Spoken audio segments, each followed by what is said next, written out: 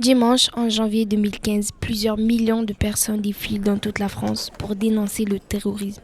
C'était 4 jours après les attentats de Charlie Hebdo et de l'Hypercacher. Un défilé sous le signe de l'Union, où toutes les communautés étaient représentées. Pourtant, cette marche républicaine n'a pas empêché l'augmentation des actes de racisme. On a pu observer, suite à ces attentats, une recrudescence, en effet, des plaintes concernant des actes racistes ou antisémites.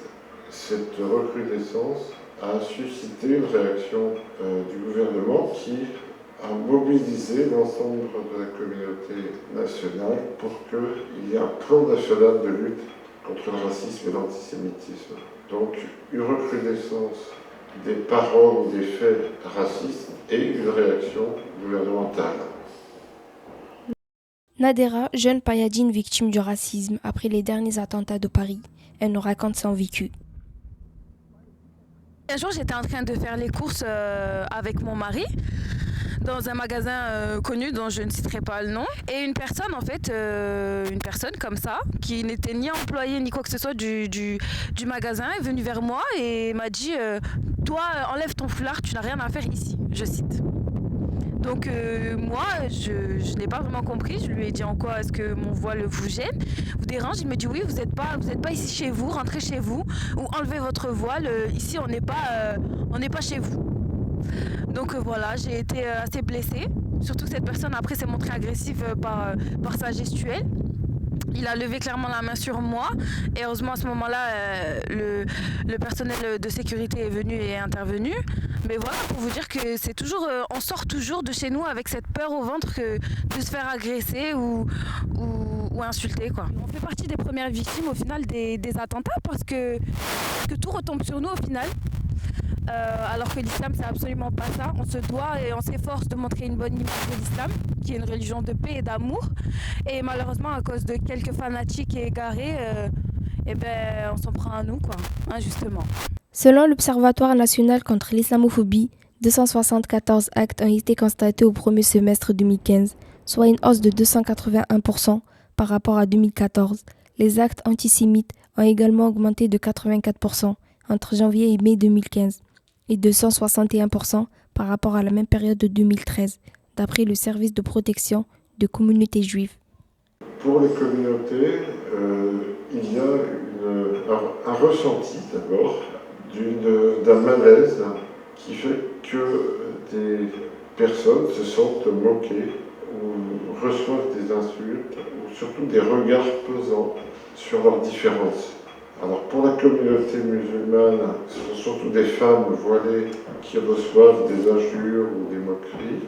Et pour la communauté juive, ce sont des moqueries, des crachats sur des personnes qui portent la kippa, qui se sentent rejetées.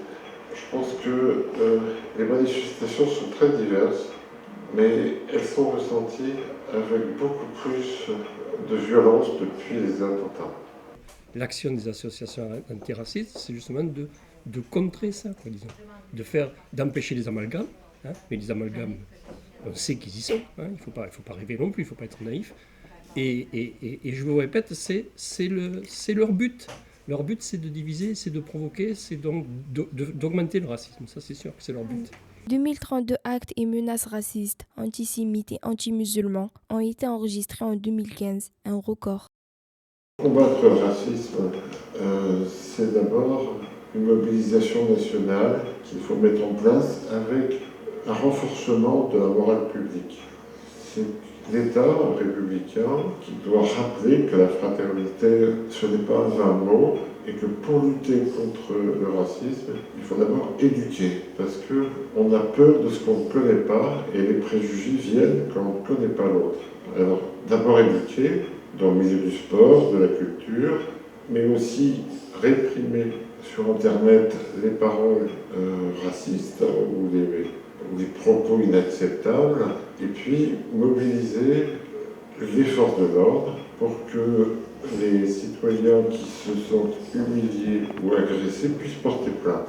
Ce qu'on fait nous au niveau du MOAP, c'est-à-dire de faire que les gens se rencontrent, discutent ensemble ne restent pas chacun dans leur coin enfermés. Hein.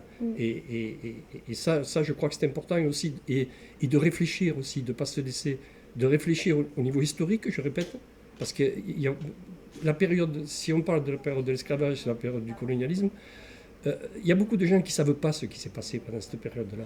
Beaucoup de jeunes qui ne le savent pas, parce qu'au niveau de l'éducation nationale, on survole souvent ces questions très rapidement, et il y a des basiques sur tout ça qui n'est pas connu. Donc déjà, faire des discussions, des rencontres pour qu'on comprenne le fond des problèmes et qu'on réfléchisse, qu'on avance. Donc c'est un pari sur l'intelligence, c'est sûr, des gens, hein, l'intelligence collective des gens. Mais il n'y a pas d'autre solution. Il n'y a pas d'autre solution que ça. Après, les autres solutions, elles nous dépassent en tant qu'association. Les solutions, elles sont au niveau social et politique, au niveau de tout le pays. Hein. C'est sûr que si on garde des quartiers ghettos, des écoles ghettos, on ne fait rien pour faire que les communautés se rencontrent. Donc ça ne dépend pas de nous directement, mais ça dépend aussi de nous en tant qu'association, de faire ça, comprendre les liaisons qu'il peut y avoir entre le racisme, qui existe dans la société d'aujourd'hui, et les causes, donc pour que les politiques interviennent vraiment sur les causes. Hein. Parce que je répète, le racisme, il ne vient pas comme ça de n'importe où, il n'est pas tombé du ciel, il a des causes historiques, il a des causes sociologiques, il faut y remédier pour arriver à avancer.